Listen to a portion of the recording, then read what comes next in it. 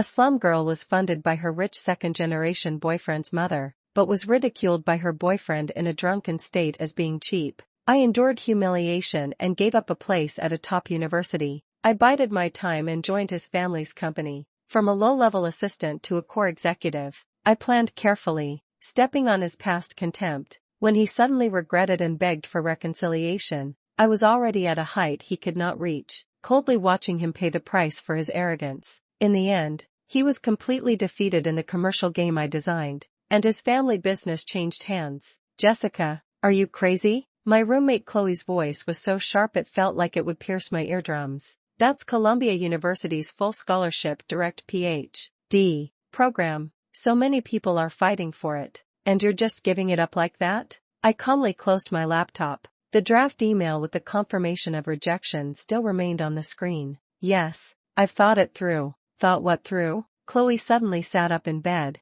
staring at me in disbelief. Just because of Ethan? Jessica, wake up. His family is the Davis Group. Even a little bit that slips through their fingers is enough for you to work for your whole life. If he really wanted to help you, what's a job? Did he need you to give up such a good opportunity? She paused, her tone becoming complex, laced with a hint of pity and indignation. He was drunk yesterday. Do you know what he said about you to Mike and the others? My heart sank suddenly, as if gripped by an invisible hand. I looked at Chloe, saying nothing, waiting for her to pronounce the sentence. He said he was only with you because you're decent looking and wouldn't embarrass him when he takes you out. Otherwise, who would want a girl from the slums who can't even afford a decent gift? Chloe's voice lowered. He also said that your mother died young. Your father is like a vampire, and with your family background, it's okay to play around, but marry you? Dream on. Every word was like a poison-tipped needle, piercing deeply into the most secret and most unwillingly touched corners of my heart. Those gaps that I thought I could fill with effort and love, it turned out, had never disappeared in his eyes, but were even clearer and more glaring. I lowered my head, my long hair obscuring my expression, but my voice was unusually calm. I understand. You understand? Jessica, Chloe raised her voice. You understand, and yet, I'm tired. Chloe, I interrupted her, my voice tinged with weariness. Let me have some peace and quiet. Chloe looked at me, and finally just sighed heavily, saying nothing more. The dormitory fell into a dead silence, with only the faint noise of New York City's ceaseless hustle and bustle coming from outside the window. I know Chloe is doing it for my own good. In everyone's eyes, I, Jessica Bell, a girl from the most dilapidated neighborhood in Brooklyn, am incredibly fortunate to have gotten involved with Ethan Davis, the sole heir to the Davis Group. Giving up a full scholarship to Columbia University to gamble on an uncertain job is undoubtedly extremely foolish, but they don't know that what crushed me wasn't giving up this opportunity,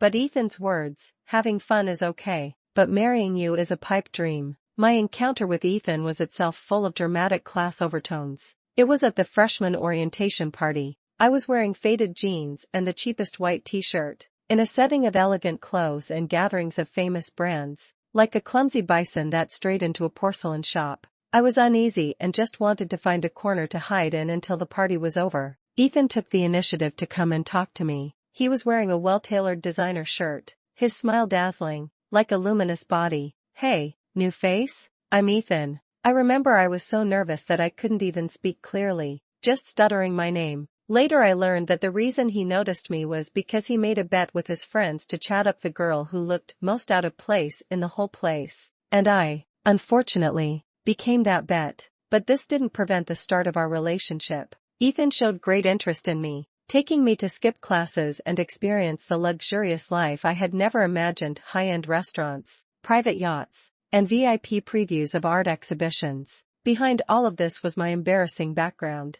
A single-parent family. My mother died of overwork when I was very young, leaving behind an alcoholic, abusive father who saw me as a burden. My college tuition and living expenses came partly from meager scholarships, and partly from an unexpected person: Ethan's mother, Mrs. Davis. The whole thing is ironic. In my senior year of high school, I earned an interview for a community scholarship thanks to my excellent grades, and one of the interviewers was Mrs. Davis. She seemed particularly interested in me, and after the interview, she kept me behind to ask many questions about my family and life. A few days later, I received her private funding commitment. on the condition that I must enter the designated university, the same university Ethan was about to attend. At the time, I was moved to tears, thinking I had met a benefactor who would change my destiny. Looking back now, perhaps from the beginning, I was just a safe option she arranged for her rebellious son, a study buddy with a clean background, excellent grades,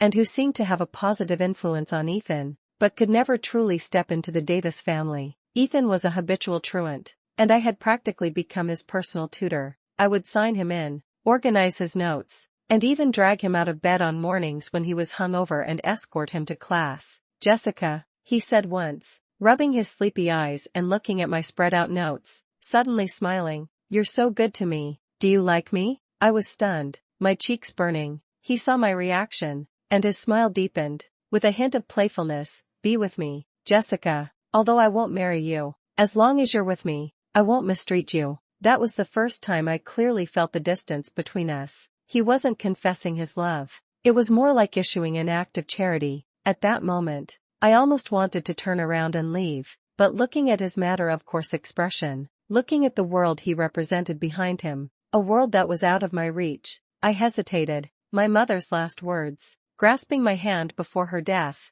telling me to be successful and live a good life, imprisoned me like a curse. I whispered, "Okay." From that day on, I became Ethan's girlfriend in name. This identity allowed me to enter his circle more deeply and also made me see the strictness of the class barrier more clearly. His friends were mostly wealthy children like him. They were outwardly polite to me, but their eyes always held a subtle scrutiny and contempt. They would make some harmless jokes, such as, "Ethan, your straight-A girlfriend is really strict," or, "Jessica, where did Ethan take you to experience life again?" Every time, I can only force a smile. Ethan would occasionally stand up for me, but his defense felt more like a declaration of ownership than genuine respect. "She's with me, watch what you say." He would say this to his friends, with his arm around my shoulder, and I, like a labeled item, stood there awkwardly. I studied hard and always had top grades. I thought that as long as I was good enough, I could earn equal respect, but reality has repeatedly told me that in their eyes,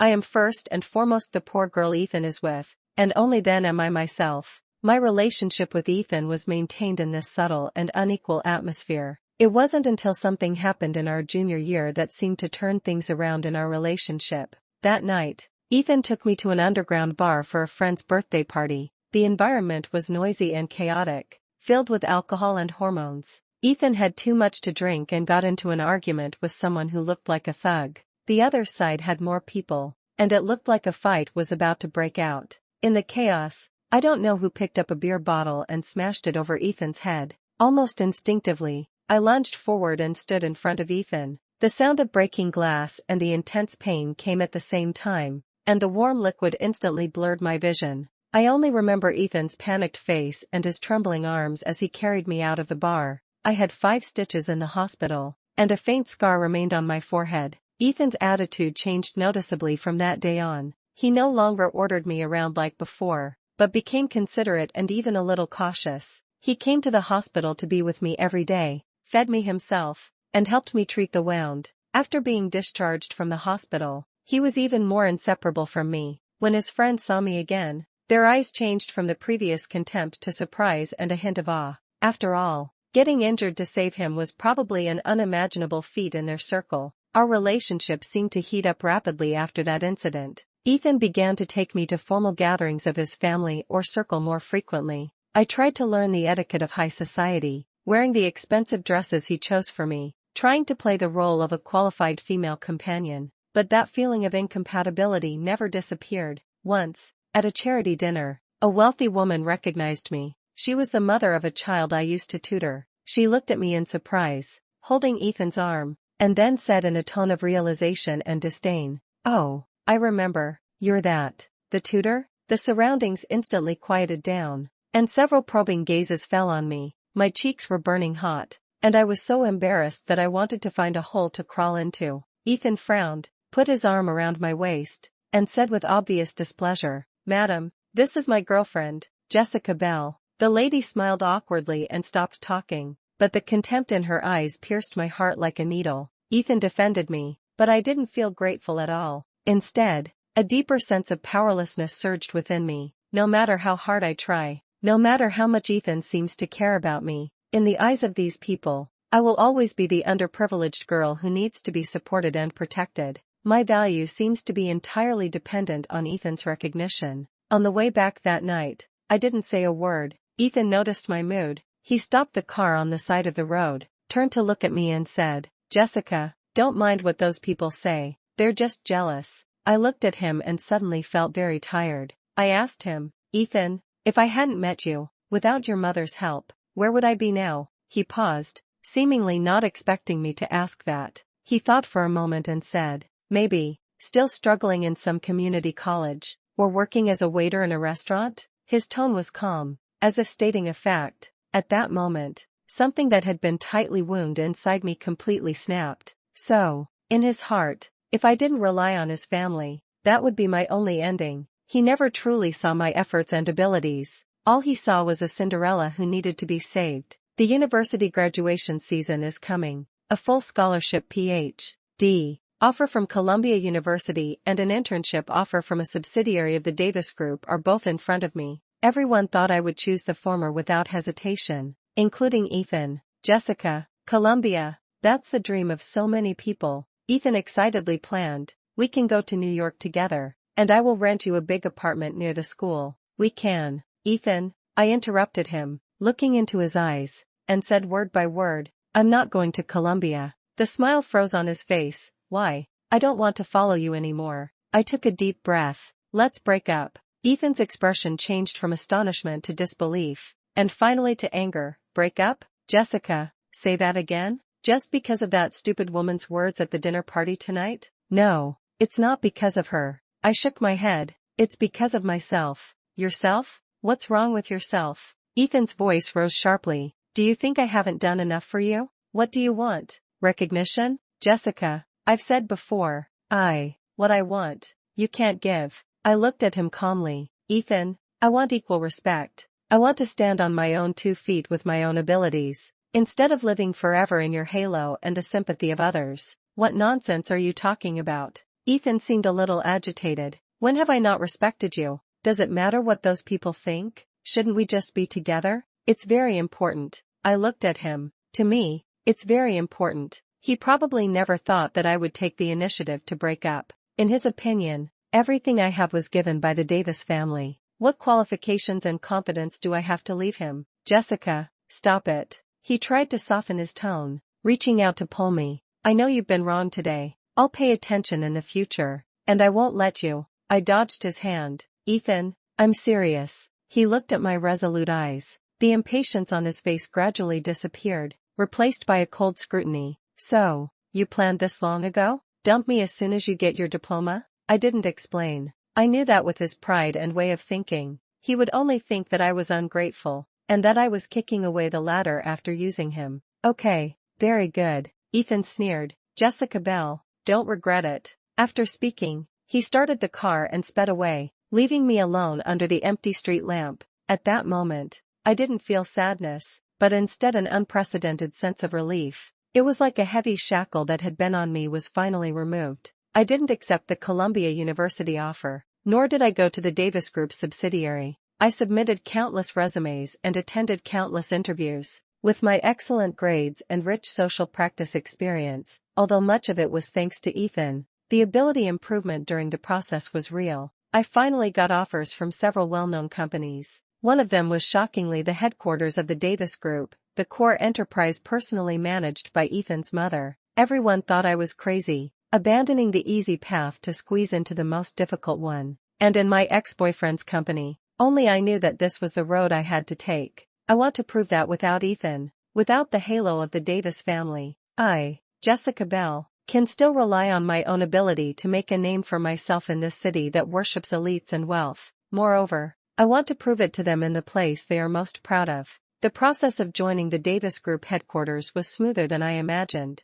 The interviewers didn't seem to know about my relationship with Ethan. They valued my resume and interview performance. I started from the most basic assistant position, working like a spinning top every day. I handle complex and trivial matters, learn how the huge business system operates, and observe how those at the top of the pyramid make decisions. I put all my time and energy into my work, absorbing knowledge and experience like a sponge. Bang! Because of my solid foundation, strong learning ability, and far more diligence and resilience than ordinary people, I quickly stood out. In less than a year, I was promoted from assistant to project specialist. A year later, I was promoted to project manager against the odds due to my outstanding data analysis and risk assessment capabilities in an important M&A project. My direct superior is Mrs. Davis, who funded me back then. She is a shrewd, capable, and powerful woman. At work, she is extremely demanding of me, but she also gives me enough space and opportunities. She seems to have completely forgotten about the poor girl who needed her funding and only treats me as a promising subordinate to cultivate.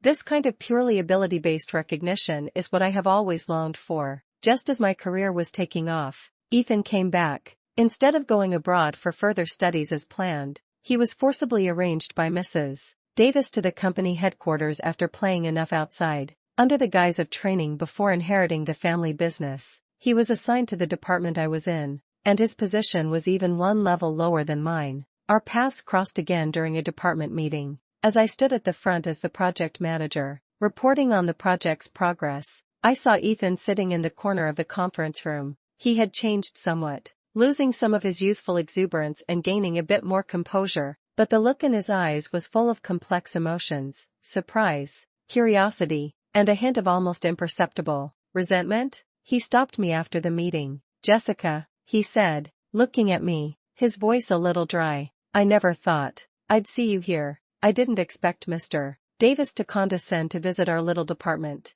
I nodded slightly, my tone distant and polite. He seemed stung by my address, his brow furrowing almost imperceptibly. "Can we talk?" "Sorry, Mr. Davis, I have work to do." I walked around him and went straight to my office. From that day on, Ethan began to approach me intentionally or unintentionally. He would find me to discuss work-related issues, bump into me in the pantry or elevator, and even start asking me for a drink after work like a normal colleague. His attitude is completely different from before. He is no longer the condescending giver, but instead carries a kind of cautious probing and ingratiation. Once, I worked overtime until late at night, and only the two of us were left in the office. He handed me a cup of hot coffee, hesitated for a long time, and then said, "Jessica, before, it was my fault. I took the coffee without looking at him. It's all in the past. It's not over." He looked at me, his eyes filled with a seriousness and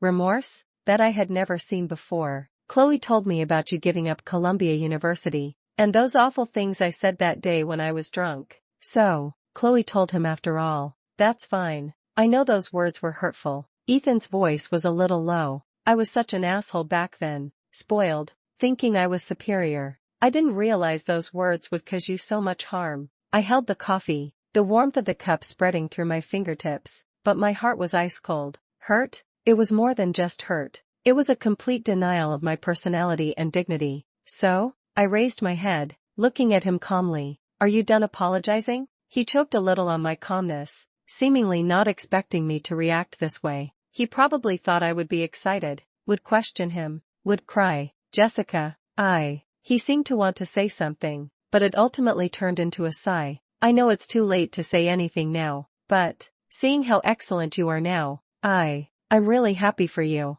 "Thank you." I put down my coffee cup and stood up. "It's getting late. I should go back. Mr. Davis, please get some rest as well." I could feel his burning gaze following me as I left the office. I know Ethan wants to get back together. The way he looks at me, his deliberate attempts to get close to me, all hint at this. Perhaps my change has sparked a new interest in him, or perhaps he only knows how to cherish something once he's lost it, or perhaps it's simply out of a sense of unwillingness. That girl who used to listen to him, who he looked down on, has now become so dazzling, even vaguely trending towards surpassing him in his career. But I am no longer the insecure, approval-seeking Jessica I once was. During the period after the breakup, I was indeed in pain and confused. I asked myself over and over again whether it was worth giving up that relationship and the readily available comfortable life. It wasn't until I found my value in my work and saw my abilities recognized that I truly understood how right my initial choice was. What I've always wanted is not wealth dependent on anyone, but respect and confidence earned by my own hands. Ethan's apology is too late. Moreover, I don't need it anymore. I rejected all of Ethan's overtures and hints, and focused on my work. My abilities have been recognized by more and more senior executives, including Mrs. Davis. She began to entrust me with more core and important projects. One of them is a key project concerning the group's future strategic transformation direction, exploring the new energy market. This is an area where risks and opportunities coexist. If successful, it will bring immeasurable benefits and enhanced industry status to Davis Group. I devoted all my energy to leading the team in market research, technology assessment, and partner selection. Countless days and nights we spent in the office, analyzing data, discussing plans, and responding to various unexpected challenges. Ethan was also in this project team, but he was more like an observer. He watched me command the team with high spirits, watched me negotiate with various bigwigs,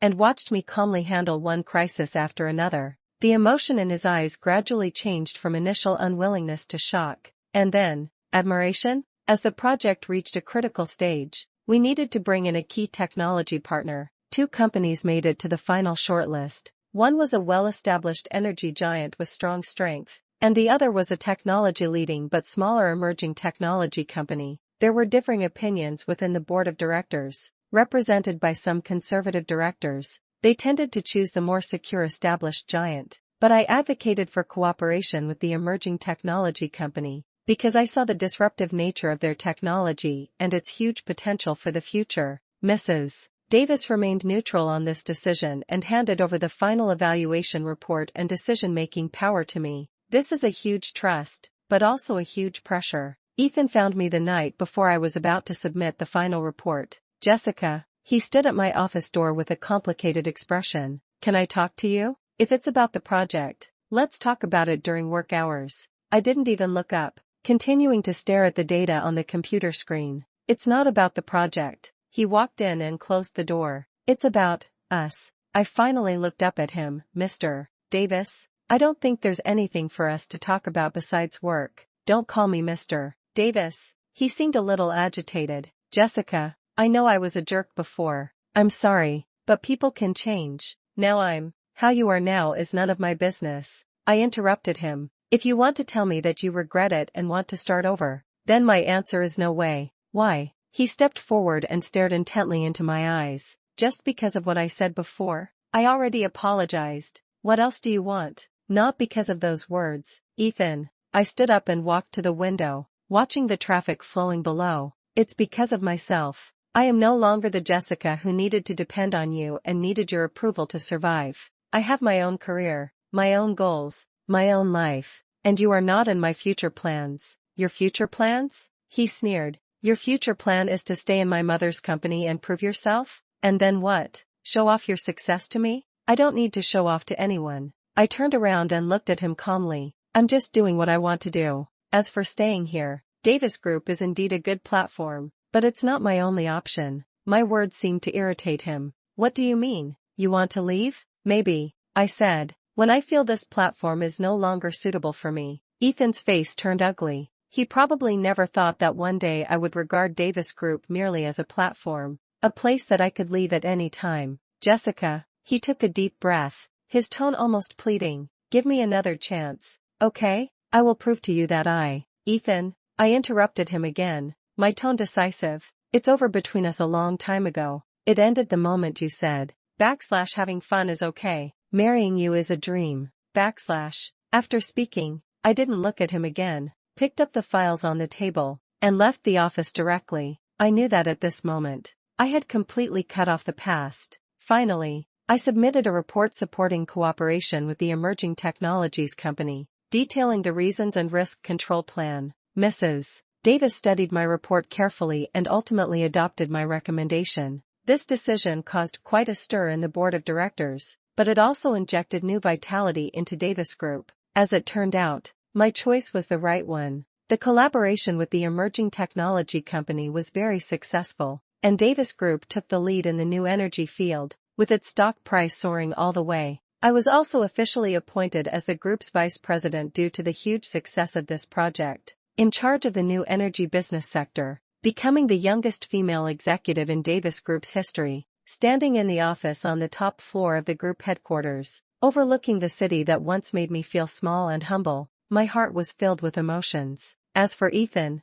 after this project, he seemed to have completely faded away. He's still with the company, but he's become silent and no longer tries to approach me. Occasionally, when we meet in the hallway or at a meeting, he just nods quickly, his eyes complicatedly avoiding mine. I heard that Mrs. Davis was very disappointed in him and transferred him from the core business unit to an insignificant, idle position. The once favored heir is now like an outsider in his own company. Once, I happened to overhear a conversation between his former friends at the coffee shop downstairs from the company. Ethan has really fallen, actually outdone by a girl who used to be his follower. Who's to say otherwise? He used to be so arrogant, saying that she was not worthy of him, but now, she's the vice president, and he doesn't even know where he's muddling through his days. If you ask me, this is karma. Serves him right. I held my coffee and silently left. I felt no schadenfreude, nor any sympathy. Everyone must be responsible for their own choices and actions. Ethan's initial arrogance and contempt sowed the bitter fruit of today, and I can finally be free from the constraints of the past and truly take control of my own life. Years later, Davis Group achieved great success in the new energy sector and became a leader in the industry, and I, as the key driver of this strategic transformation, also became a rising star in the business world. I have accumulated enough resources, connections, and experience. The time is ripe. I submitted my resignation to Mrs. Davis. She looked at me with a complex expression, a mix of surprise, regret, but mostly understanding. Are you sure? Yes, Mrs. Davis. I nodded. Thank you for your years of training and trust, but I think it's time to start my own business. She was silent for a moment, then nodded. All right, you are very capable, Jessica. Davis Group is indeed a bit too small for you. Do you need seed money? Thank you for your kindness. I'm already prepared. The day I left Davis Group, I ran into Ethan in the parking lot. He looked more haggard than before, his eyes dim. You're leaving? He asked. Where to? To create my own future. He looked at me, his lips moved as if he wanted to say something, but in the end it turned into a bitter smile. Good luck, Jessica. Thank you. You too. I drove away from the building that had witnessed my humiliation, struggle, fight, and transformation. In the rearview mirror, Ethan's figure became smaller and smaller, eventually disappearing. I knew that our lives would henceforth move in completely different directions. Using the resources I had accumulated over the years and my deep understanding of the industry, I founded my own technology consulting company, focusing on providing strategic planning and technical solutions for new energy companies. With precise vision and outstanding capabilities, my company quickly gained a foothold in the industry and won the favor of top venture capital firms. A few years later, my company successfully went public, and its market value soared. I became a true strong woman, no longer Jessica Bell dependent on anyone, but a tech darling who could stand on her own. Davis Group, having lost its first mover advantage in the new energy business and my leadership, gradually showed signs of fatigue, especially after Mrs. Davis retired due to illness and Ethan took over hastily. The group's internal management was chaotic, decision-making errors occurred frequently, and market share was constantly eroded by competitors. Finally, in a carefully planned capital operation, I joined forces with several strategic investors and successfully acquired most of the equity in Davis Group's new energy sector, and indirectly gained control of the entire group's decision-making power. At the signing ceremony, as the representative of the acquiring party, I saw Ethan again. He represented the Davis family, the acquired party, with a pale face and empty eyes. His hand trembled slightly as he signed the document. After the ceremony, he stopped me. Jessica. His voice was hoarse. Why? I looked at him. This man who I once admired, who made me feel humble, and who inspired me, now stood in opposition to me, having lost everything he once prided himself on. There's no why, Ethan, I said calmly. It's just business. He smiled sadly. Just business? Do you dare to say there's not a hint of revenge in it? I was silent for a moment, then smiled slightly. You can think of it that way. After all, you said back then that people with my background are only fit to play around and not worthy of a real future. Now, I'm just taking back what belongs to me, and by the way, letting you experience the taste of having nothing. He staggered back a step, his face drained of all color. Seeing him looking lost and dejected, I felt no joy in my heart, only a sense of calm as the dust settled. I am not a saint, I hold grudges, but I understand even more that the best revenge is not to destroy the other person, but to achieve myself. I stood at a height that Ethan once thought I could never reach, using my success to completely crush his former arrogance and prejudice. This is the best answer to him. As for the future, my journey is the sea of stars, and he is just a scenery far behind me on the journey of my life.